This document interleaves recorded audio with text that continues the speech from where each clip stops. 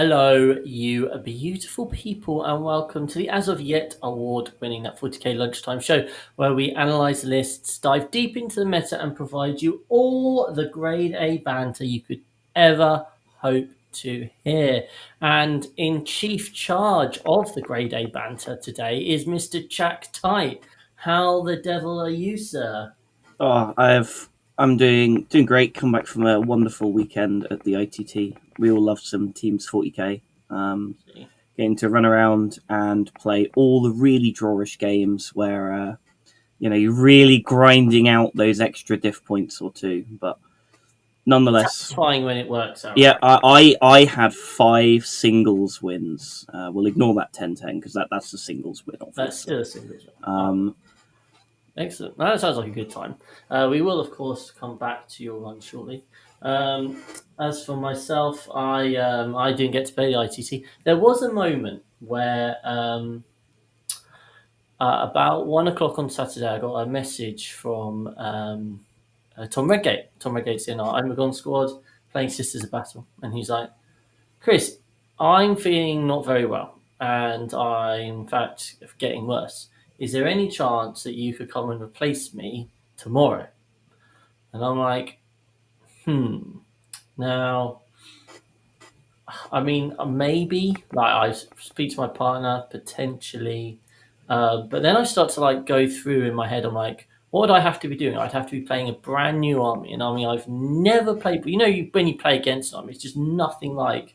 Now I know about Miracle Dice. I know the general gist of Sisters, but I started like, I better start reading the rules, and then I just start trying to read all these rules and like work it out. I'm like, oh my word, there's so much to remember here to try and just suddenly go and try and play 2 competitive tournament games. Like this feels like it's not going to work and it's going to be quite stressful. As it was, Tom felt better. So thankfully, I didn't have to just go and have some two like poor opponents be like, "Oh, what does this do?" I'm like, "I don't know.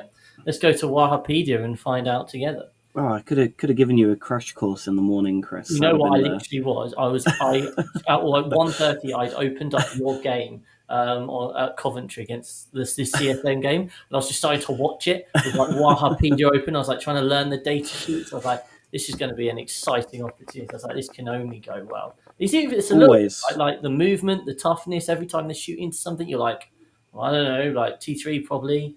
So yeah, it was. There was this moment where I was excited and also panicking, but Tom pulled through, and Tom I think did pretty well actually in the end. So well done, guys.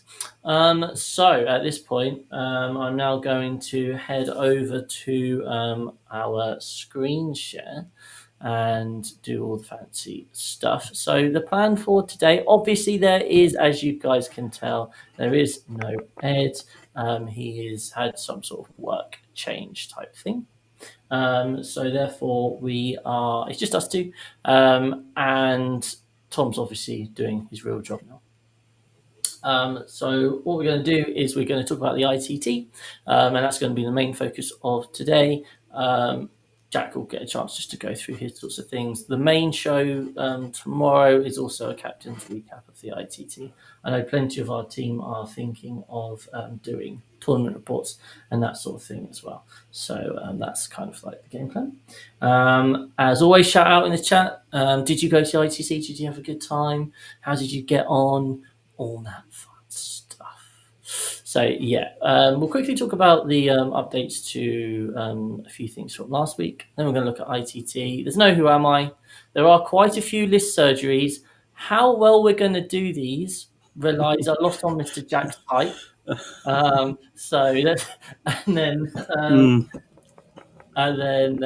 We've got 3 Dear Deirdres. One's a proper one, 2 not so much.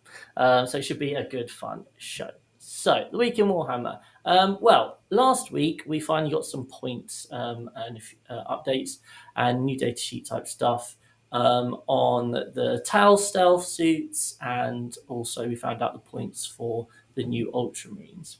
If you are a Tau player and interested in that sort of thing, Jack Chapman did a really good video where he kind of dived into the stealth suit change and that sort of thing. Obviously, the core thing is that essentially they're now units of 5 rather than 3. Um, what are your thoughts? Have you had a chance to look at these, I, Jack? I've got many things to say actually about a certain new data sheet, but let's start with the stealth suits. Okay. I must say I was a little disappointed to see that the only thing that they did was change them from a 3 to a 5 man unit. They showed with the hyper adapted Raveners that they're quite happy to have this basically the same unit, with almost the same models, have slightly different rules for the new kill team variant. Yeah. And I think there was perfectly reasonable space to do exactly the same thing here. I very much understand most Tau players' thoughts on the matter. I think it does feel a little unfair. And I think, if I'm being honest, I think they've shoved stealth suits out of a lot of lists quite hard. Mhm. And I suspect you'll just see people taking Pathfinders, which a lot of people already were doing. Okay. Yeah, that's fair enough. Cool. But yeah, as I said, if people want a more in-depth discussion on that, go check out Chapman's video. So obviously we also got points on some Ultramarine things. Mm. Now Harley's in the chat. Harley's been kicking off about a certain list that he played into Nassim. I'm sure you probably have some idea about this, Jack. So, what are your thoughts on the new Meta Menace that is 18 Victory Scarred?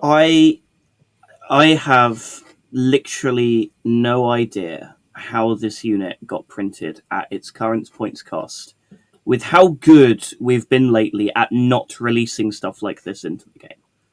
Like the points per model for this unit at 35 for a unit of 6 is ridiculous. It's like comparatively to every other, foot slogging elite melee space marine unit, it is by far and away the best in the game. It's not even close. If you take 6 inner circle companions next to 6 of these, it is one of the most depressing comparisons you can make in current 40k.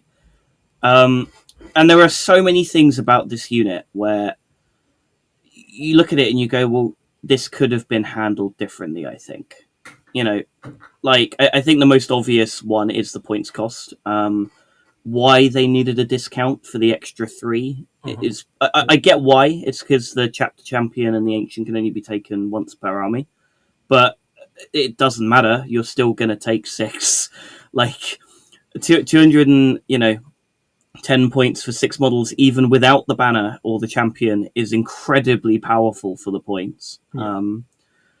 Then you have the stats, which are just the current marine melee bodies with +1 literally everywhere. They get 1 higher weapon skill than everyone else. They've got 1 more wound than everyone else. They've got an extra save over everyone else. It just reads across the board as please buy 18 of this unit. Whereas I think there was great scope for making this you want 1 unit of this in your army, but we're not going to encourage you to take 18 of them.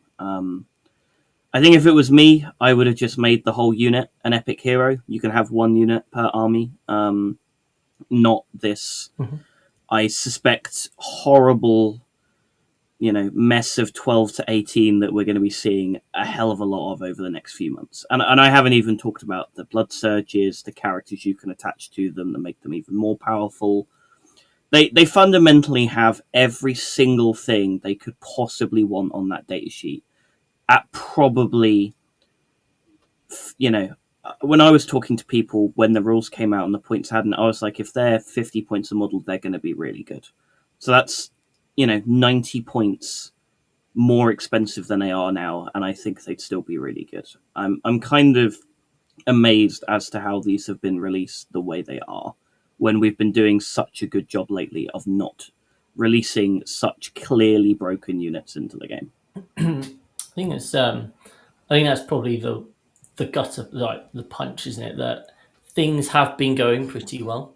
Every time we've had these new releases, it's hard to not talk to a 40k player who doesn't have the opinion that GW point things based on their warehouse situation, whether they want to try and sell something or not. You always hear people about sort of saying, "Oh, well, this new model they want to sell, and therefore they've made it like absurdly broken, or they're trying to clear out some stocks. They've made this unit absurdly broken, and a lot of people who have worked for GW or behind the scenes, like I have spoken to people who have said, like, that genuinely isn't the case. But then we get to this situation, and you're like, well, it's a brand new unit, and it's hard to think why have they got it so wrong when they've been, as you say, they've been getting it right. It doesn't really make. Yeah, I think the thing that obviously there's the approach here of we can sell all the Marine players 18, but I think what gets lost a little bit is because GW is so bad at stock management. Let's be honest, stuff goes out of stock all the time when it's broken and doesn't come back in quickly enough. When they do this, all that happens is instead of going out and buying the actual models, which if we all bought 6 of them, we could all do, right? But because people are trying to get 18, they're going to go out of stock. And when they go out of stock, people are going to, I've already seen it. People are talking about ripping the shields off their blade guard. Yeah. People are saying they've already found prints for them. Mm-hmm. None of this is helping GW sell more of them, because fundamentally, if you're going to sell 18 to everyone, they're going to run out. People are not going to buy them. They're just going to get them printed. And in fact, most people won't buy 18 of a model at, £40 for 3 of them. That's it. I think most people would be like, okay, I need 6 in my army. I don't mind spending the money for 2 of the actual boxes. They're nice models. Apart from the mold lines, the fact that they have mold lines as bad as that on a modern kit is ridiculous. But most people wouldn't mind spending, at least here, £70 maybe over a month or two on a couple boxes of these for their army. Yeah. No one's going to go out and buy 18 really, right? Not new ones. That's a £240 investment. They're just going to go get them all printed. So I struggle to see how this ever helps them sell them, but it's where we're at, I guess.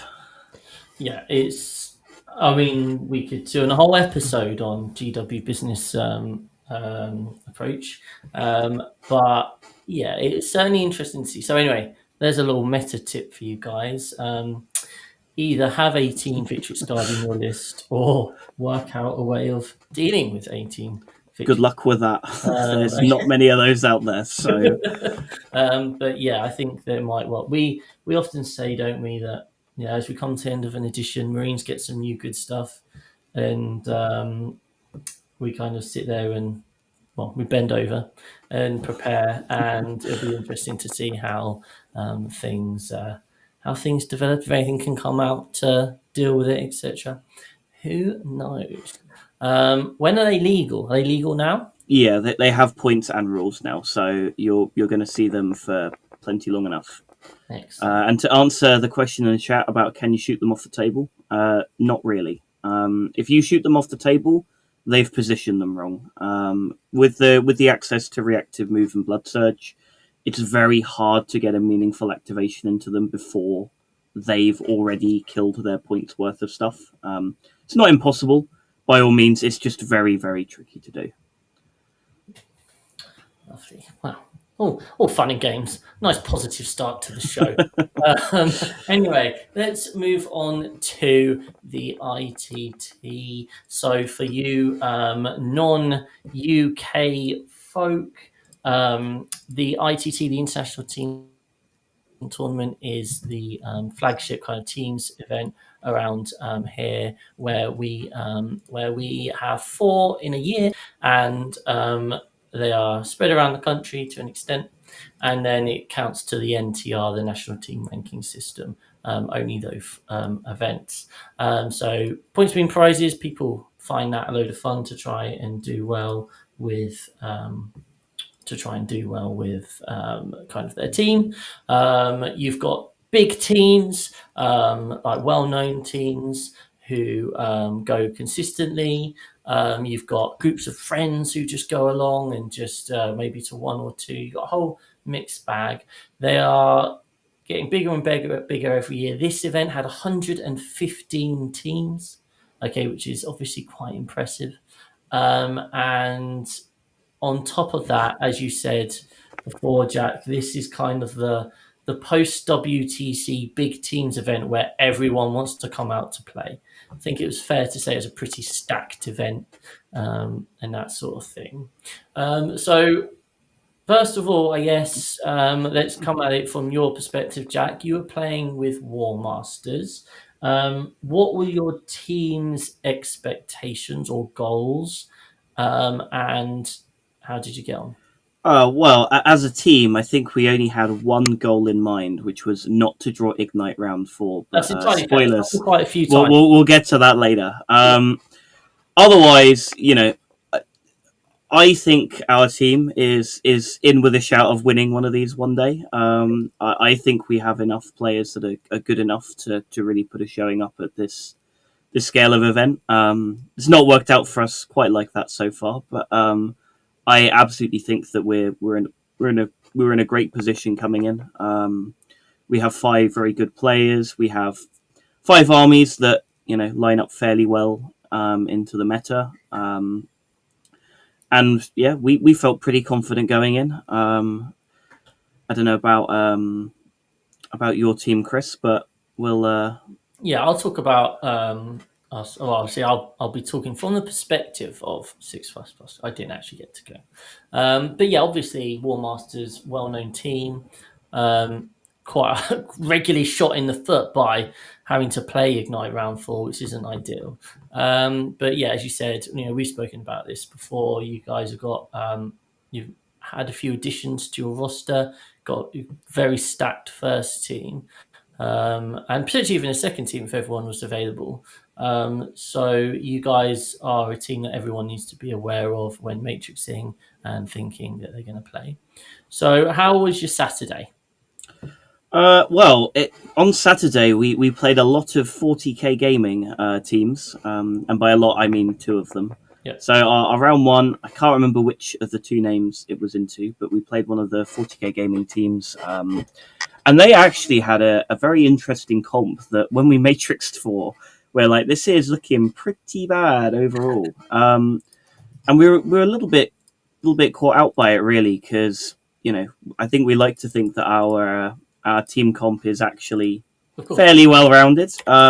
We went into it with a few worries about our sort of potential blowout games. I think a lot of us were worried about the GSC list. A lot of us were worried about the Necrons and even the Tyranids list, to be honest. So going into the round, I think we paired it, reasonably well. We got Nassim into the scariest thing on their team, and I think Nassim, in true Nassim fashion, a few minutes into the round was like, "It's gonna be a big win, lads. I've got this in the bag." It's quite a nice which thing to have, it's always great in teams. Nassim is one of the best people you could ever have on your team because his games are done so quickly, and he's always like, "Yeah, I'm going to get this in literally 20 minutes into the round." Yeah, we got me into the guard list on the heavy board. This was always going to be a very 8 to 12 points either side slog for probably whoever went second. But it was Terraform, so there's scope for the person going first to maybe get some points on the board. We had our World Eaters going to their Blood Angels. I think we had this as actually not being a big loss, but as you can see, things maybe got a little out of hand. Don't know entirely what happened in that game, but I'm sure Danny was caught off guard by something. And then we had our Admech into their Tyranids. Matt's played a lot of Admech lately. It's been really sharp on the army, and is sort of our second person on the team who I think is most likely to go out and absolutely demolish someone, which I think we've seen here. Yep. And then we had our CSM into their Necrons, which, it's a pretty grindy game, right? Any game into Necrons. So I think we probably had that down as maybe a small win at most, and just see if it blows out at all.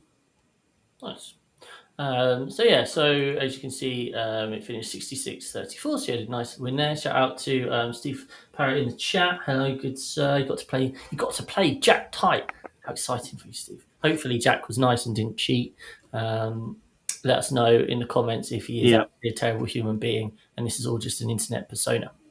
So round 2, you've just beaten 40k Gaming, and round 2 you get to play 40k Gaming.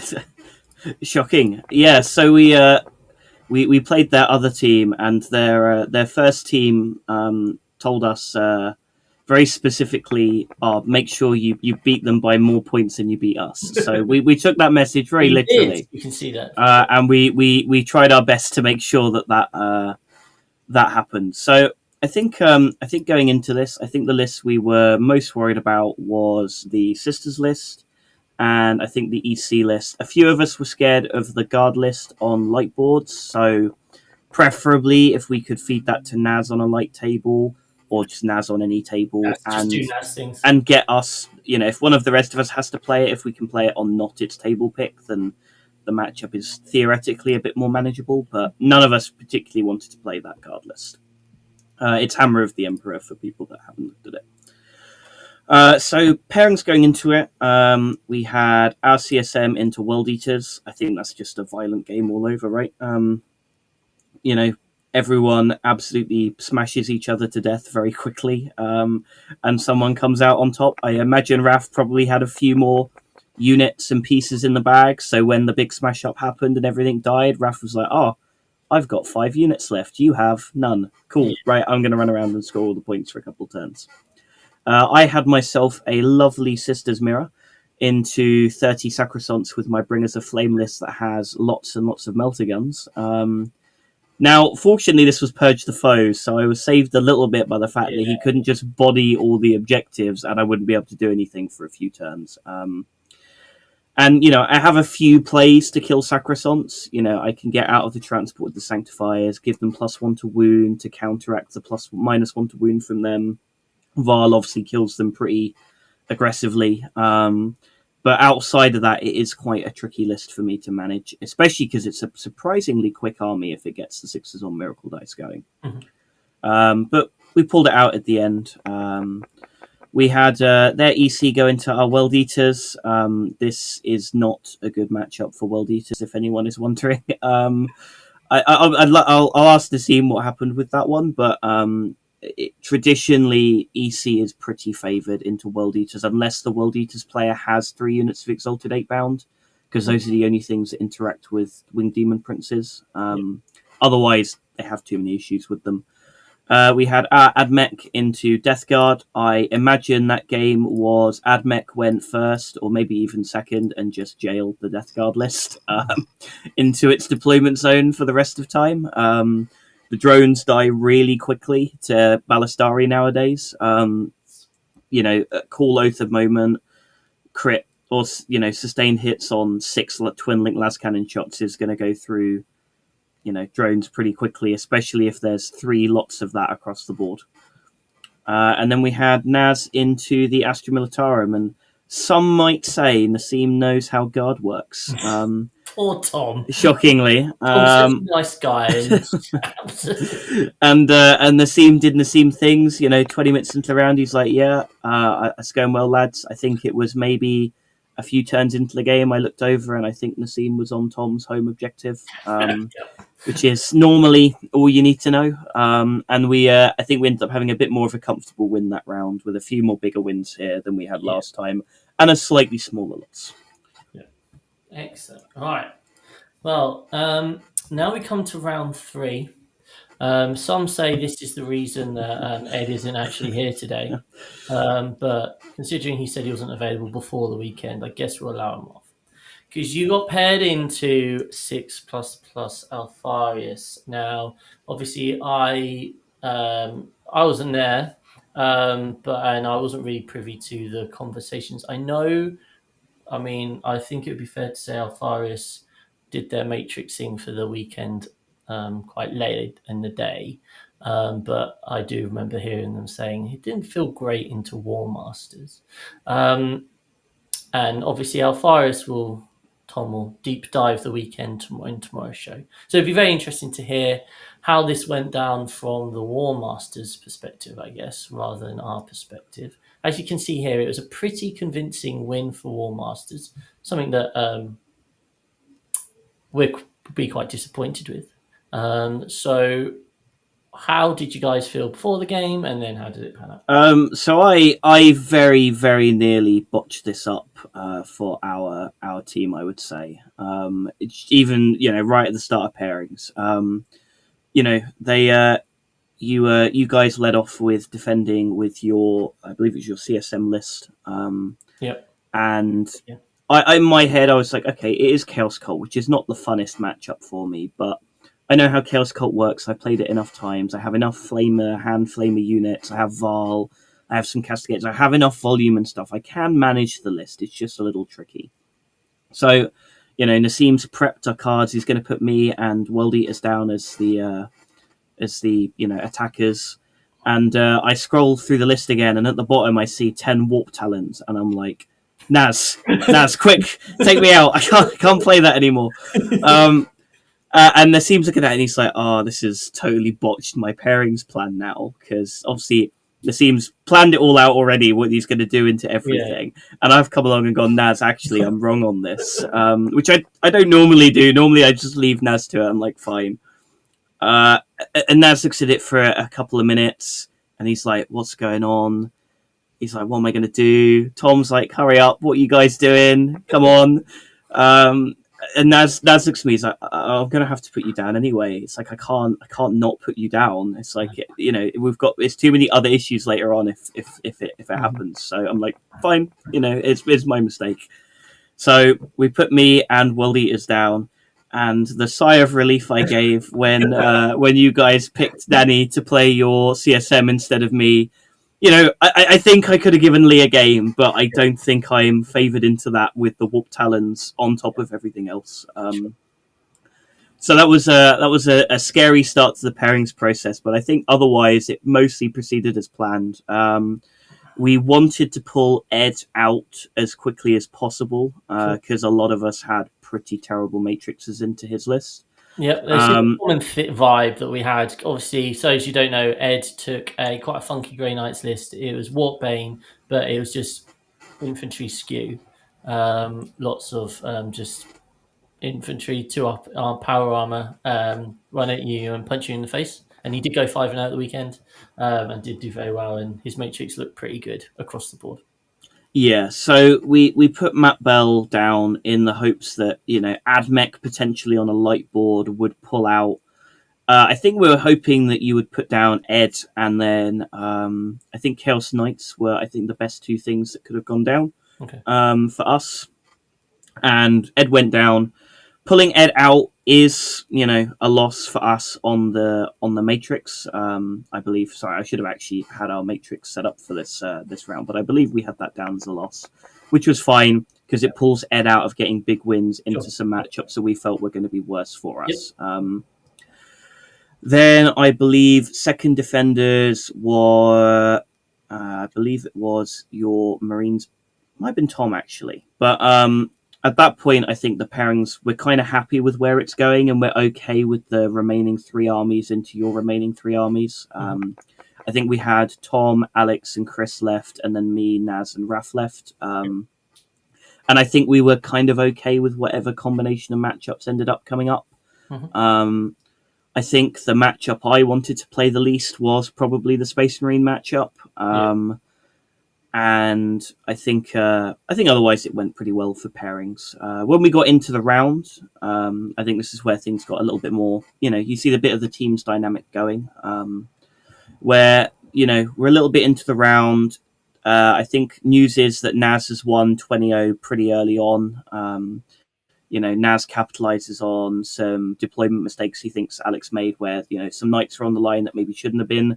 Naz tagged them, held them in place for a turn, really letting him set up for that really big turn 2 that I think then just sort of swept Alex off the board and gave Naz that route to the 20. So, I think the news was that, oh, guys, we need to get some more points out of our other games. So me and Chris have a very chill turn 1 and 2.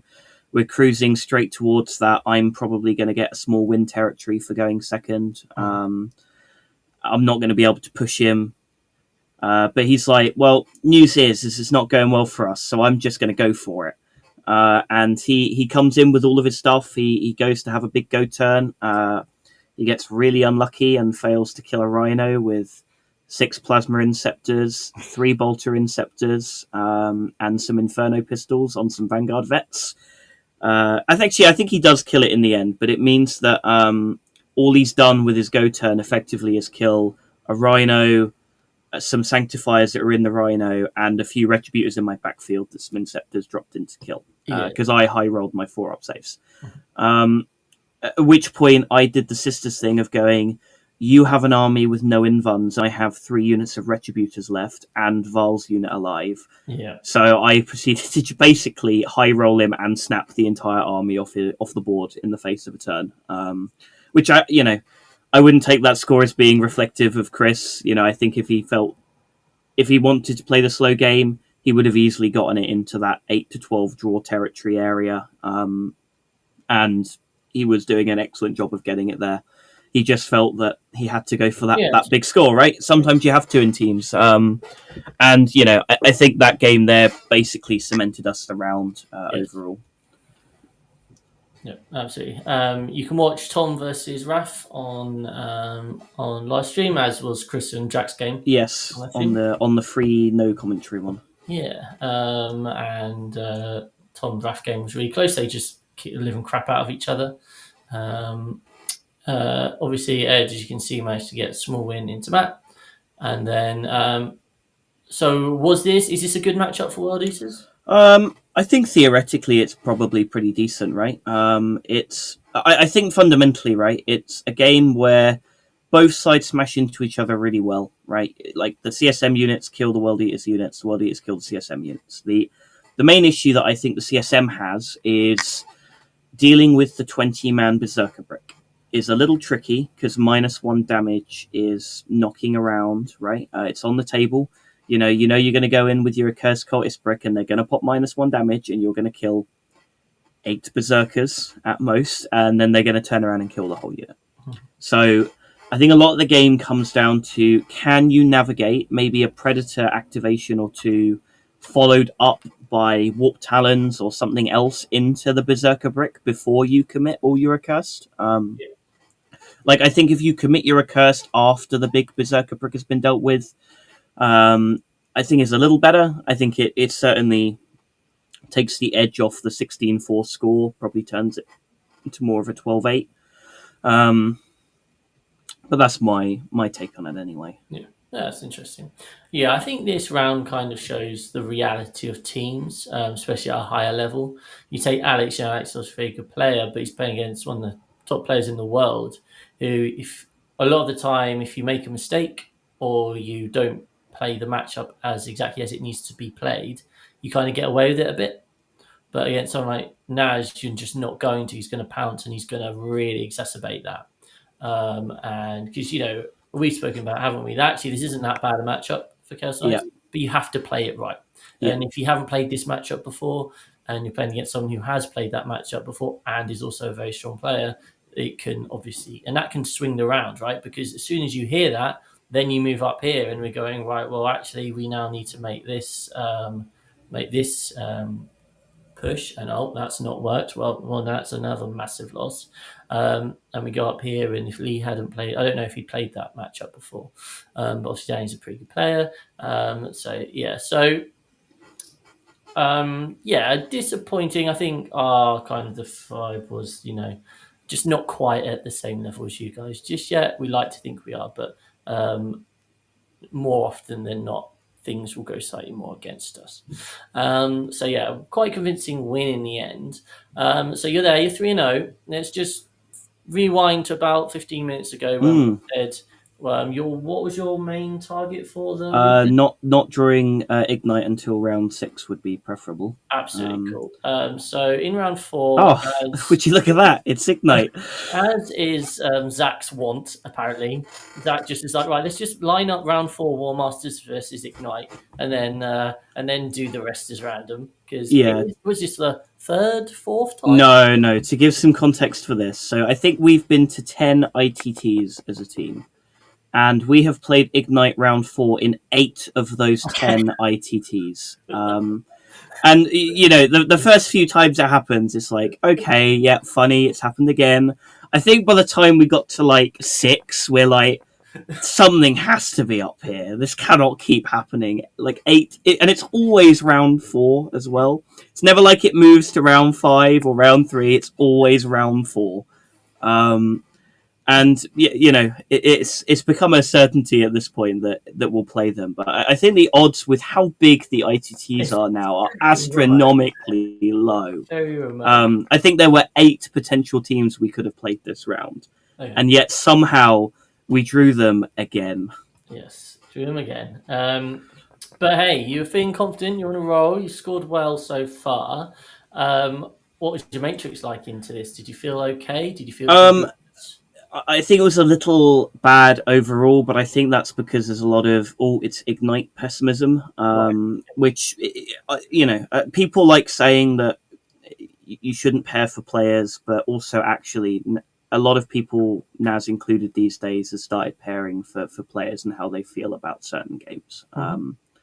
So within this, I believe we felt like we came out okay on pairings, but it was looking like at best it was going to be a draw for us. I believe Admech into Sisters was the matchup that I think we felt was going to be really good for us. And Matt has done a phenomenal job with Admech otherwise, and I'm sure he won't mind me talking about how he let Belisarius Call get sniped by an immolator turn 1. No, it's not ideal. Which it's one of those things, right, where you'll deploy him somewhere, you'll be like, yeah, no, this looks good, I've blocked this out, and then you make a decision later, change something, and your opponent's like, right, I've gone first, and they just it just balls to the wall, all in. Here's my immolator right in front of Call turn 1. Oh, I've killed him, and you just sat there like, what have I just done? Oh, no, yeah. And we all do it, right? I think I am more prone than almost anyone else I know to randomly fumbling games where I'm like, well, how have I managed this? Yes.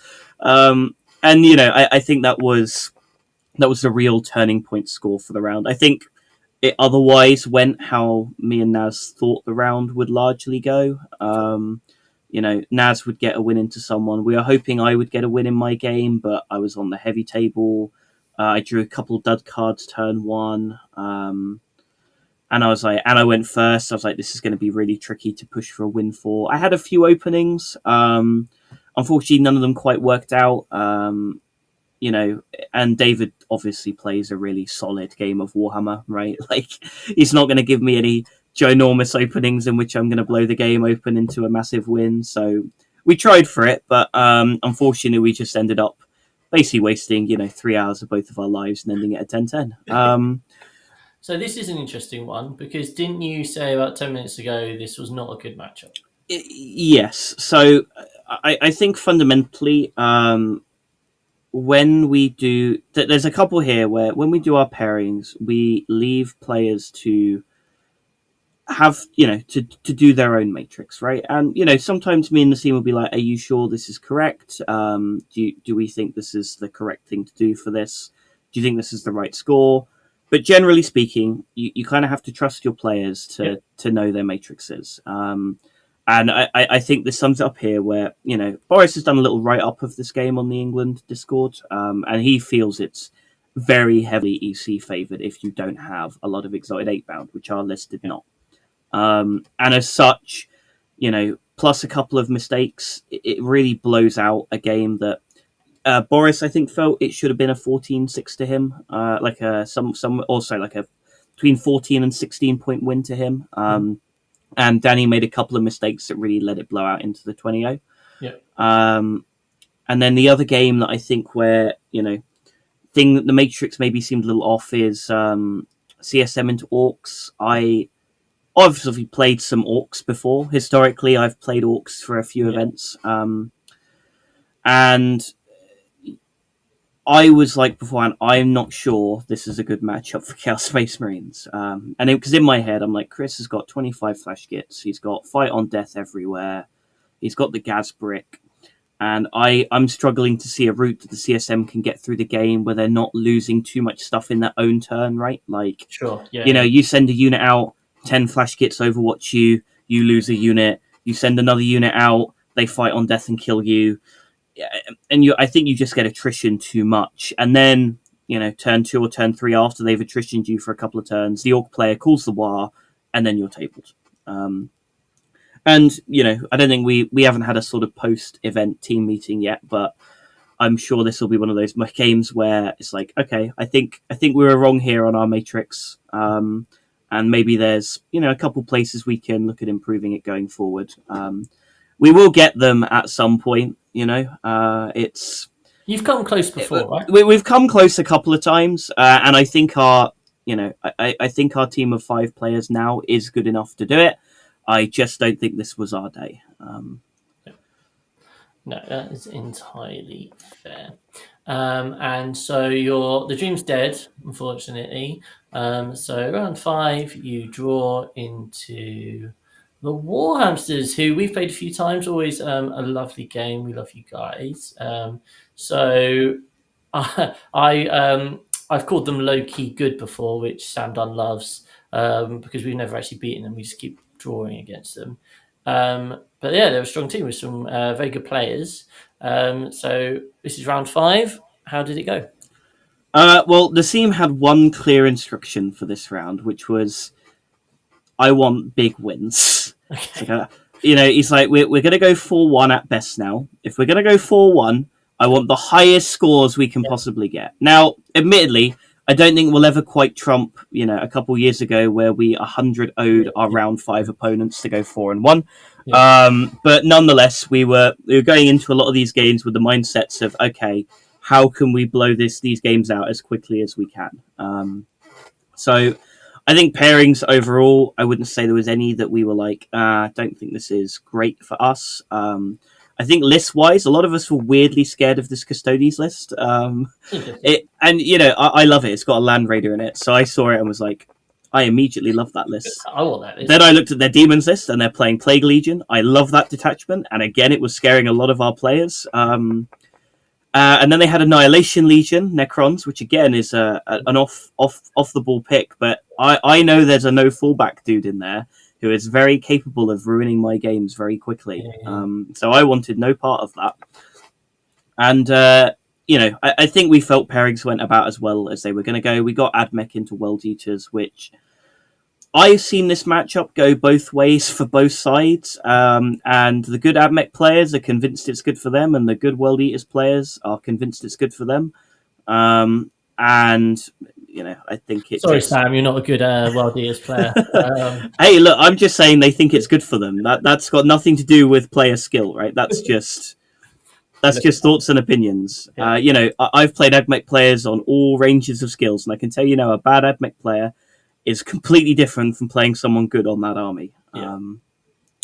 So, we had their Custodes into our CSM. Now, I've seen some hints from Raf here that I think Raf was losing his mind at this game a little bit with how maybe some dice rolls were going. I believe he was saying that he had a unit of Warp Talons fail to kill 5 Sisters of Silence, which resulted in the entire Warp Talon unit dying, and then had a unit of Possessed with Dev Wounds fail to kill a Grav Tank.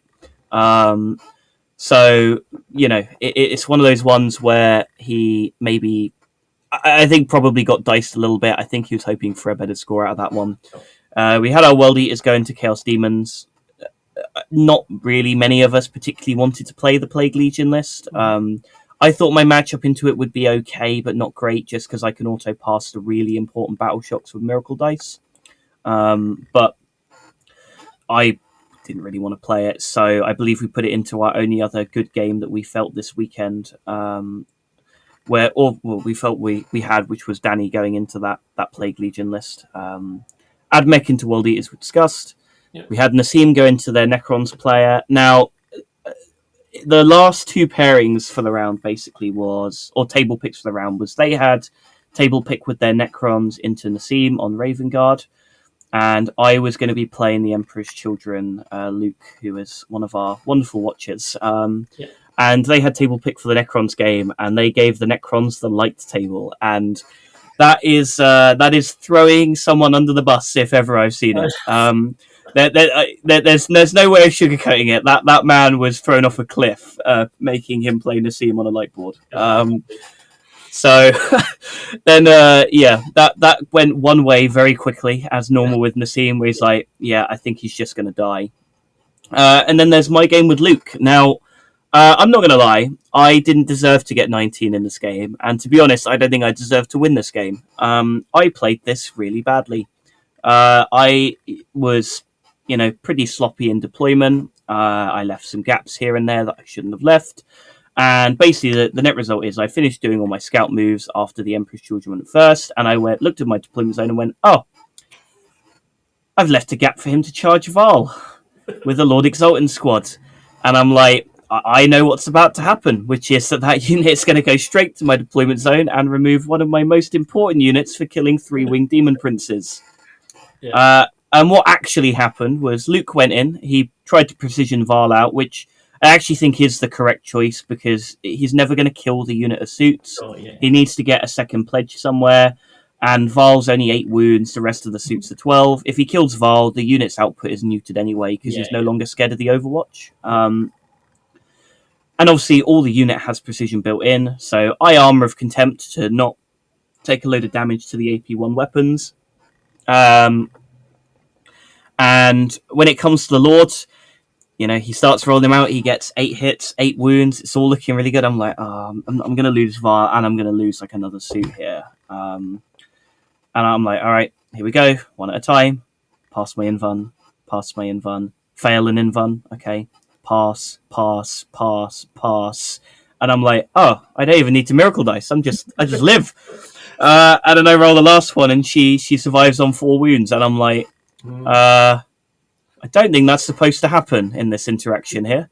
And then I proceed to kill his whole unit and not get punished for playing badly at all. And that really sums up the game for Luke, really, is that he gets punished on every possible interaction. Turn 2, he advances some Tormentors over to charge my my Novitiates on my expansion objective. I Overwatch with a Castigator and get 9 hits. As you do. As you do, obviously. I then proceeded to kill 3 of them through 3 up saves still. The 2 that then charged into Novitiates killed 1 model. And then I killed 1 model back, kept the objective, and he would have given me a 0 that turn because he got a Winged Demon Prince onto my home objective. And like I said, there's a lot of stuff this game I really should have been punished for and got away with, just by pure luck. On turn 3, when he all-ined me, when he realised that something needed to happen quickly, because I'd shoved all my units out by this point, was like, right, we're going to get our big win unless you do something about this. He goes for a 6-inch charge on my Retributors that have an Immolator next to them. Makes it in just. He charges the Immolator with another Lord Exaltant unit. He has to kill the Immolator first, so his second Lord Exaltant can actually pile into the Retributors because of the short charge. He kills my Immolator with the first unit. The Immolator blows up, killing the front 2 Retributors, which now means the Lord Exaltant couldn't reach the Retributors to kill them. And, the game went so against him in so many ways.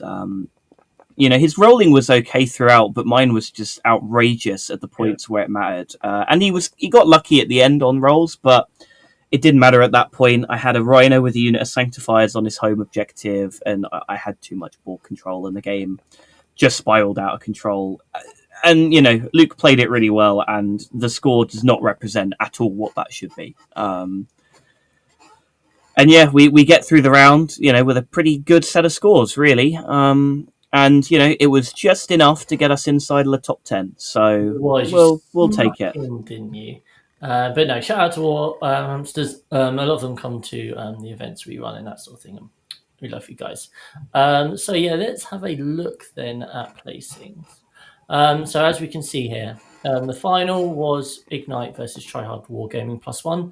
That +1 is some chump called Manny Chima, they'd been doing really well this whole time. But Ignite won that reasonably comfortably in the end, including Boris 20-0ing Manny, which is obviously not that common. And so, yeah, Ignite Ignite. I saw in the England Discord Ignite, like, oh, we haven't got X, Y, Z players, blah blah blah, and it's like, well, still pretty strong, guys. So yeah, managed to take it down. Um, if we have a look here, Crow Team 6 went undefeated. Great work. Fire and Dice also went undefeated. Then got Mind Goblins, obviously the reigning NTR champs. They lost. Who did they lose to? Was it Ignite? No, I think they lost to Try Hard Wargaming on stream. Okay. I believe that was the stream game for round 4. Right. Sigil, obviously a very strong team at the moment, lost in the final round. They've got a few draws here. Got some Trumps, War Masters. Grimdark Garage, we love you guys. Went undefeated. That's very cool. And Fire's there with the 4-1 redacted there. A lot of well-known teams here. Look at Dead Red with 3 draws. So yeah, how did you feel the team's meta is kind of looking at the moment then? I think it's just so interesting, right? It's reflecting the singles meta a lot, where there's a huge range of different stuff in different teams. It's doing well. I think there's a couple of standouts that, again, I think reflect singles, which is that AdMech is too good. Yeah. A lot of obviously, I know Ignite didn't take them in the end, but most teams had AdMech, and the AdMech players were scoring incredibly well. Sisters are too good. They're scoring too high across the board. And I think it's reflecting the singles meta, which is a bit unusual for teams. But currently, I think because of how well balanced singles is, we're seeing a pretty similar case in teams where there's a few armies that are a little bit better than some of the other stuff, like Eldar, AdMech, Sisters, which are maybe a bit more common. But overall, I think it's in a really really interesting spot. Yeah, no, 100%. And that's what we want. I mean, obviously, everyone's about to have 18 Victrix Guard in their Space Marine Corps. Yeah, I think the there's prestige. There's a Team England prestige event coming up in a couple of weeks where Yeah. we're testing out a lot of the applicants for this year, and I believe every single England team that's going has suddenly gone, oh, we need to get 18 Victrix Guard, and if that does not tell you that unit needs fixing, I don't know what does. Yeah, not ideal. Very quickly, obviously, looking at the singles aspect of teams, I'm always very much against, just because so much a part of it is pairings. I think a classic example would be a couple of ITTs ago where Rob and I on 2 different teams were both in Yanari, and Rob's Yanari we used to kind of like blunt the list that no one else wanted to play, and my Yanari was used just to try and get big wins. So depending on your pairings philosophy, it can really impact how you approach things. But just to have a run through, you can see Boris. Obviously, Ignite and Tryhard played an extra game, right? So you'd expect more of their players to be right up here. But you can see Boris had a great run. As you said, Sam on AdMech, Orcs, Black Templars, Sisters. Shout out to Sam Dixon as the only player there who didn't play an extra game. He only dropped 1 point the whole weekend. So awesome right there, buddy. And then, so Alex, always very reliable in his Votan, scoring high.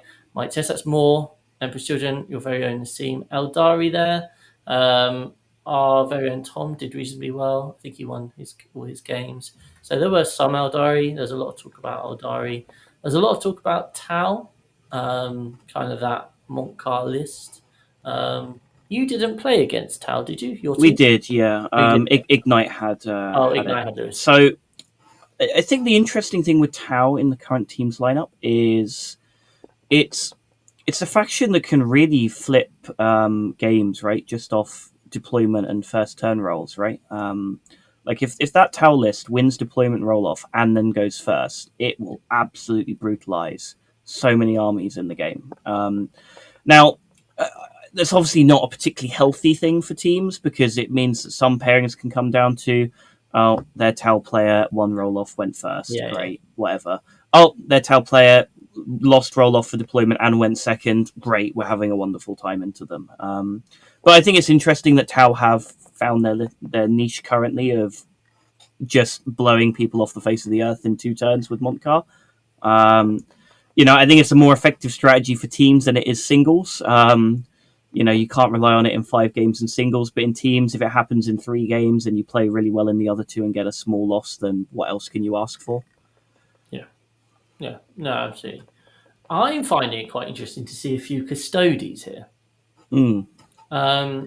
Custodies, historically are generally considered not that great on UKTC just because of the distances between some ruins and that. What's this? What's this about? I wonder if potentially the UKTC new heavy boards have maybe encouraged them to come out of hiding again a little bit. Those boards are really good for armies like Custodes, right? Like it shuts off a lot of the shooting lanes around the edges of the table in some case, and it just gives you a little bit of a further area to sort of stand.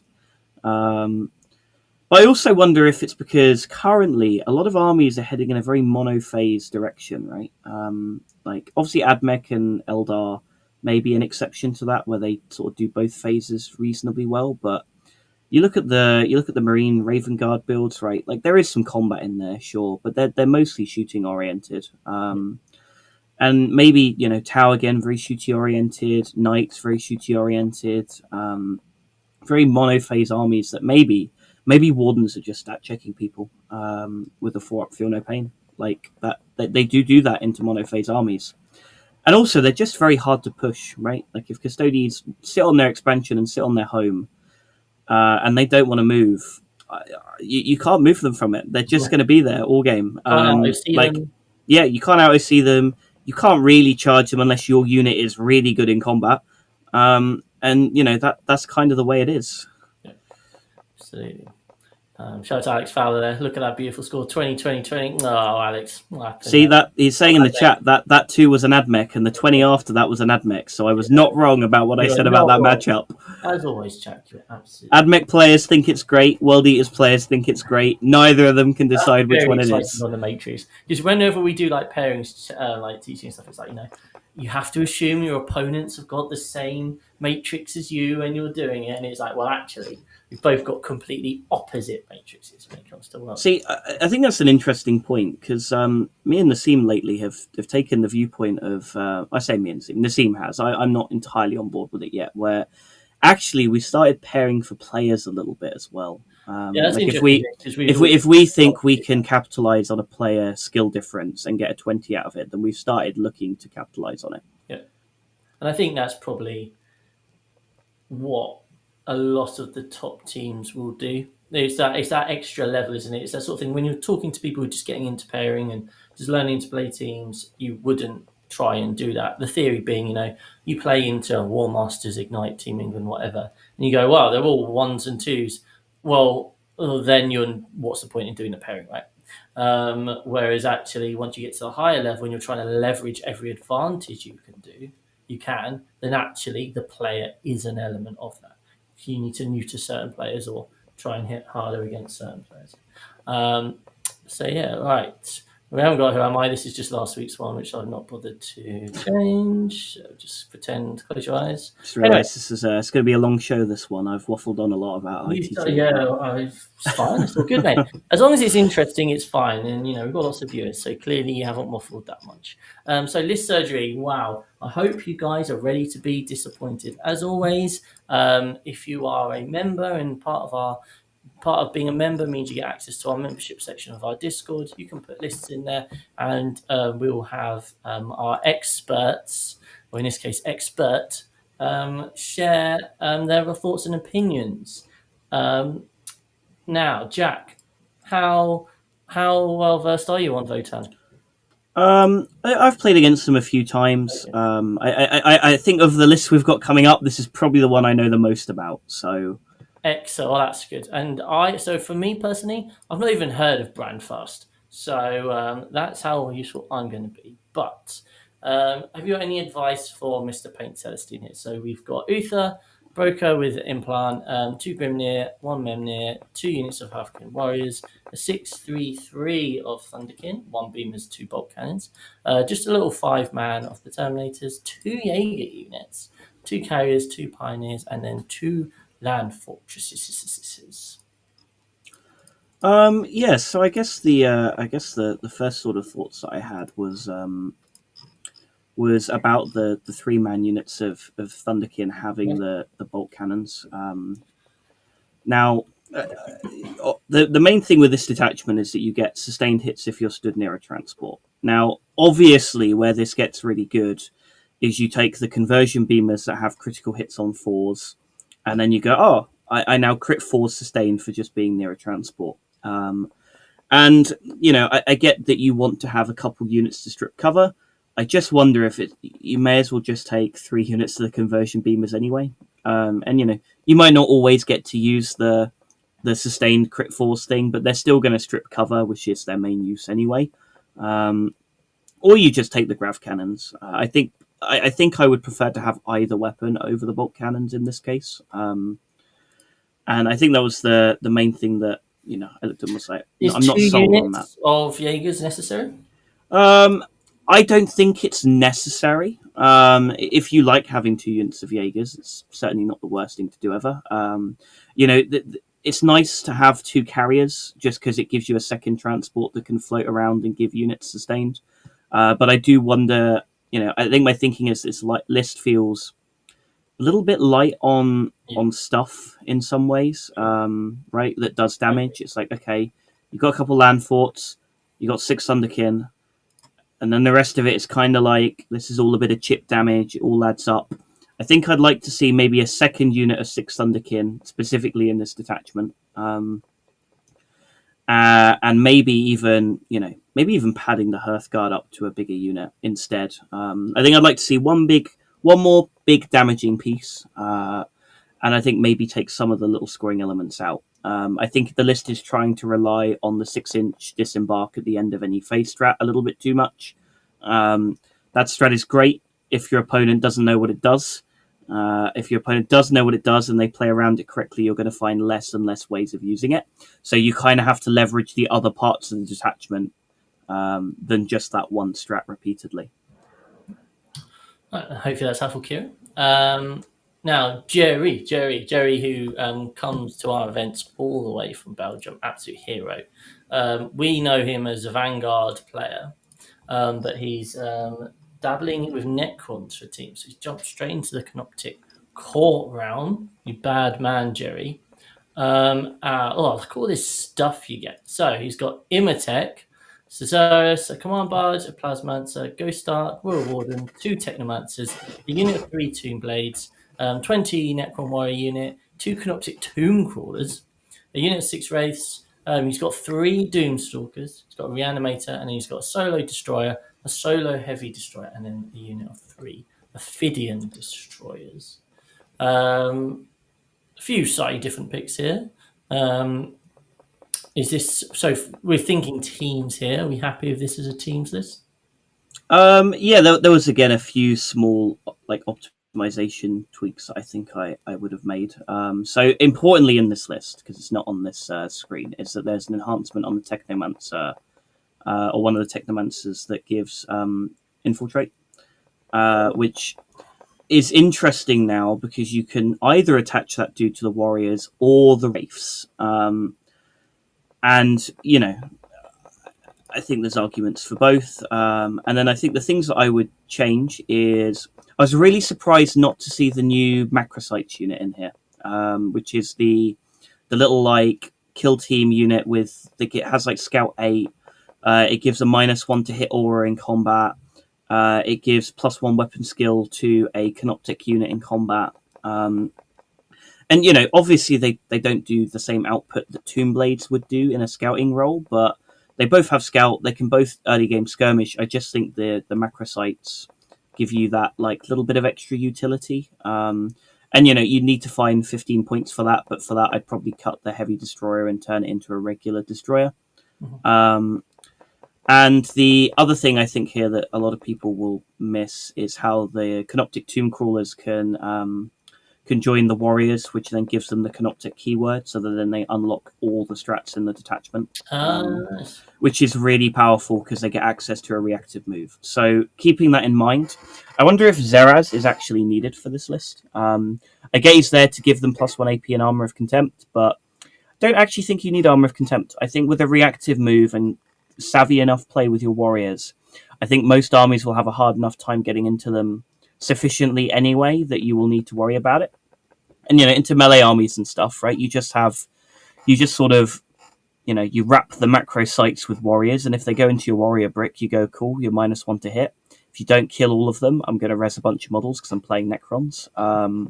Next turn, I'll res a bunch more models with the res orb, the reanimator, the plasma or the macrocytes, the canoptic circle give you they give you an extra model back when you reanimate. Yeah, I think that's the two main things. I don't think you necessarily need to have Zeraz, and I think you definitely want to have the new sort of macrocytes, canoptic circle kill team in there. I wonder if you take out Zeraz, maybe knock out maybe a couple of the maybe like I don't want to cut Doomstalkers, but I also really want to see a second Wraith unit in here. But I'm not sure it fits all that well. I think it's maybe asking a little bit too much. But I just wonder if you could maybe simplify the list down to 2 bricks of Wraiths, a brick of Warriors, 3 Doomstalkers as your shooting units, and that it becomes like a really stodgy, I'm going to score 8 points type list for teams at minimum, right? Nothing's going to be able to push into that, and there's going to be some things that can't kill you that you just run right over. Yeah. Nice, yeah. I know when I was playing Canoptic a while ago, 3 Doomstalkers was... we've taught 2 was more the optimum amount. But yeah, as you say, if you're kind of consolidating into a certain part, then just 3 Doomstalkers there. They're just good in Canoptic. They're just good. Right. Tau, auxiliary cadre, slops. Getting it all today. It's just proof of how much Jack knows.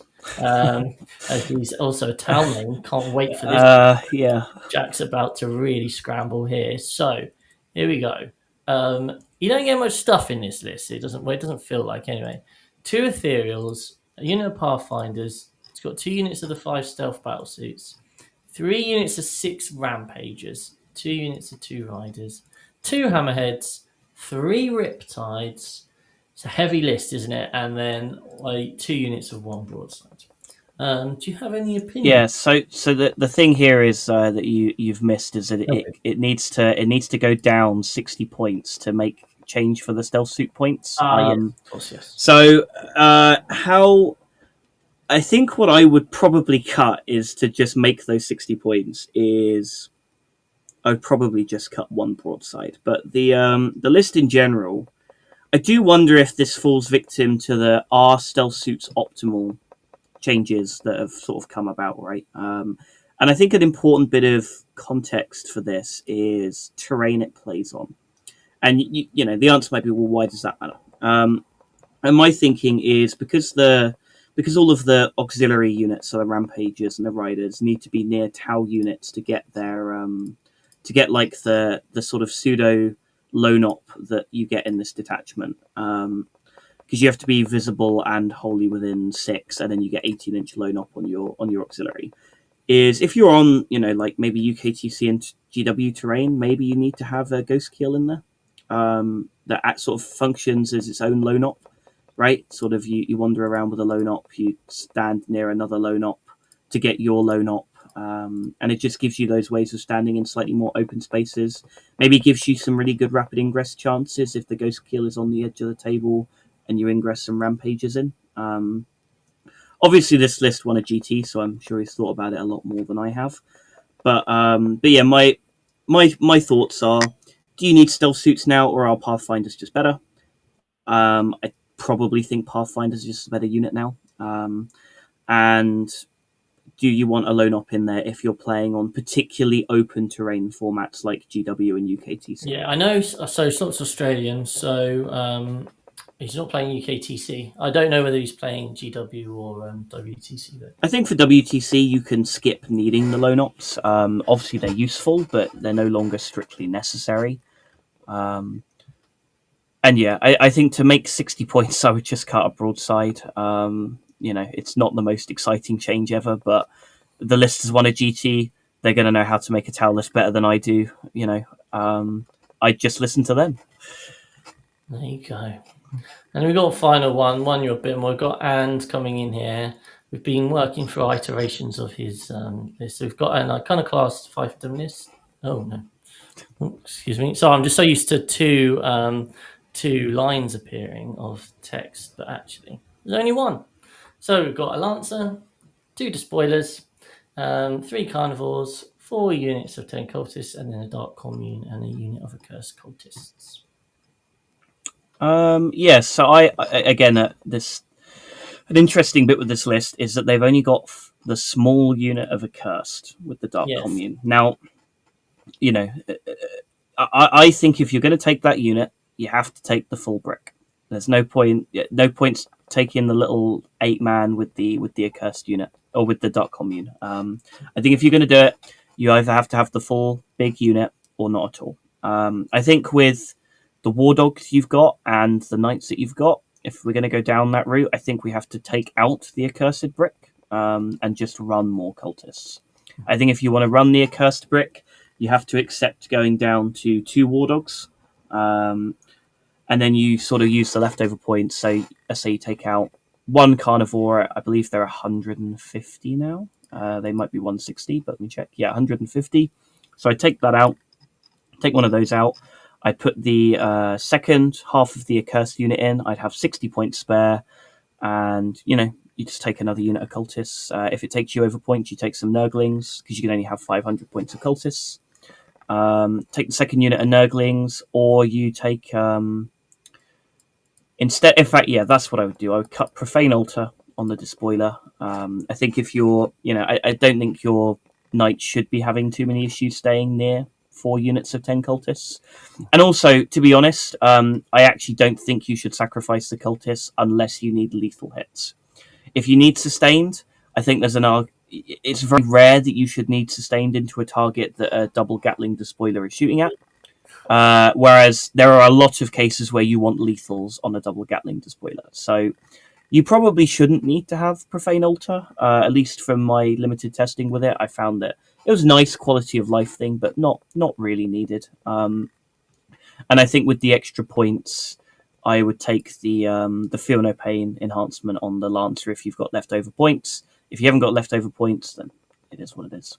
So yeah, take out 1 carnivore, add the second half of the accursed, take a unit of Nurglings, Beast of Nurgle if you've got it, take out the Profane Altar enhancement on the Despoiler, and if you then have leftover points, take the 6-up Feel No Pain.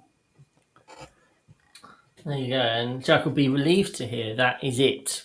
We have run Jack through the gauntlet of different armies there, so well done. Right, obviously we're well into everyone's working time now because their lunch break is over, but we've got a little couple of things just to finish off with.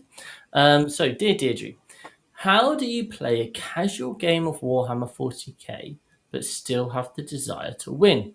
I played a game recently versus a newish guy who wanted to play casual but wanted to get better at the game and learn his army more, Dakari. What's the best way to level the playing field without reducing points values or coming across patronising? I'll give them lots of takebacks when I've pointed out, I could do X, but I don't want the other player to feel like I'm controlling them and I'm playing solitaire through them. So, Jack, you're playing against a new person. You want to help them out, but you don't want them to feel like you're just playing the game for them. What's your approach? Just make some mistakes, right? Like, if you're good enough at the game that you know that what they're doing is mistakes and stuff, then just forcibly make some mistakes, right? That, they then maybe get to have a slightly more fun experience. They get to use some of their units a bit more. Maybe you don't use that strat that auto wins this particular scenario where you've got this unit versus this unit. And you just give them the opportunity to sort of learn some more of their units, learn their own strats without you punishing them for it. Because the thing with that, right, is it's very hard to prove that they're being done deliberately, right? If your opponent is inexperienced, they're not going to know what you're doing necessarily is big mistakes. They're just going to go, oh, there's a thing for me to kill there. Let's go kill it. Or let's go do this thing. And, I think it's the right approach not to be patronizing to your opponent, to be like, oh, I don't think you should do this, I think you should do that. Just make some mistakes of your own that, your opponent doesn't have to know about. I think it's a little tricky these days because the gap between Matt, like match play players and casual players is massive now. Yeah. Certainly there was a point a few years ago where, I say a few years ago, I'm talking like probably 6-7 years ago now, where a casual player could go to a tournament, they'd probably win a game or two, right? But nowadays, the gap between anyone that goes to tournaments with any form of regularity and your typical Warhammer player is so big. I think it can be very tricky to find enjoyable middle grounds now. And it's unfortunate that we do appear to be playing two different games sometimes. But I think that's just the nature of the game becoming bigger, right? As the game gets bigger, you get more people involved who all want different things. They all split off into sort of their own groups, and the gap between them just grows, right? Whereas at one point, the hobby was a lot smaller. People had to mix with each other from the different groups. You had casual players playing more competitive players, and that was okay because you didn't have loads of players around you.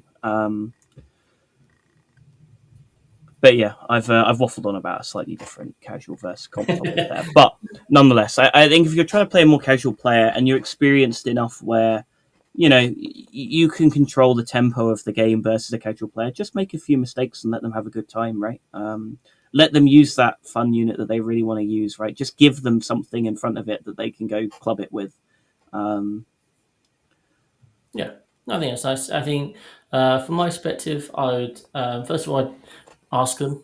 I think some people are more than happy to have that experience of like having a coaching game, and some people maybe aren't. So just speak to them about like how much, like what do you want to get out of this? How can I help you? What would you like?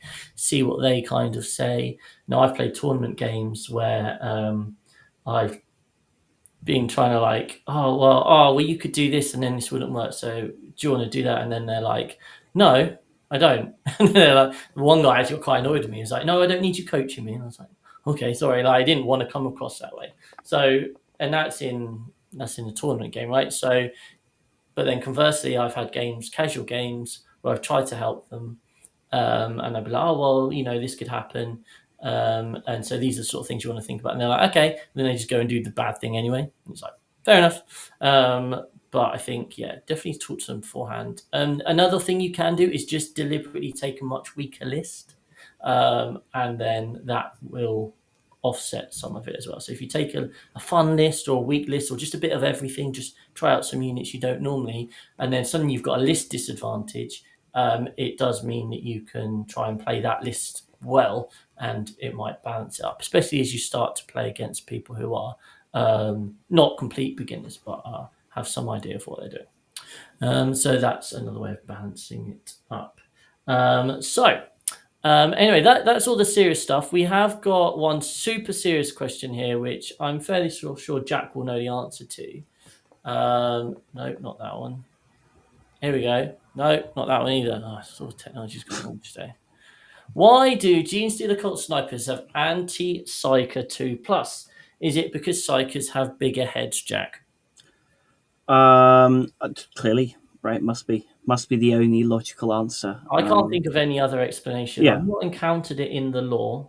I haven't heard any mention of head measurements, but yeah. I don't think there's any like special, psych out weaponry in the Imperium, is there? So no, none must at be all. must be the bigger heads. Yeah, so there we are. We solved that one for you, Davey. Yes, they do have bigger heads. Heard it here first. And then finally, Jack, you've got a bit of an announcement to make, Do I? because you've got a children's book that's just come out called Dinosaur Dynasty. Do you want to tell us a bit about this? Yeah, no, I've as most people know, I've been working for myself for the last few years. Yeah. So I'm now a successful children's author. I didn't know In you fact, were a most children's. importantly, actually, I'm a children's illustrator. Clearly, Yeah. I mean, you've got the writing, you've got the drawings. I didn't know you had such an affinity with dinosaurs, Jack. yeah, no, it's not really my thing, right? I get all of the information off other dinosaur lovers. Right. I'm just here to capitalize on the market. It's a big market out there. Yeah. Excellent. Have you got any other work? Any other books coming out anytime soon? I don't know if you type Jack Tight into Google, my more famous counterpart, who is an artist, will probably come up, and you can find out all about our books. There you go. There you go. Absolutely, very exciting news. And on that bombshell, we will leave it there. As always, thank you very much. Well done to Jack for carrying the entire show. And we will see you next week to tell you all about how 18 Victory Scarred won a GT. See you next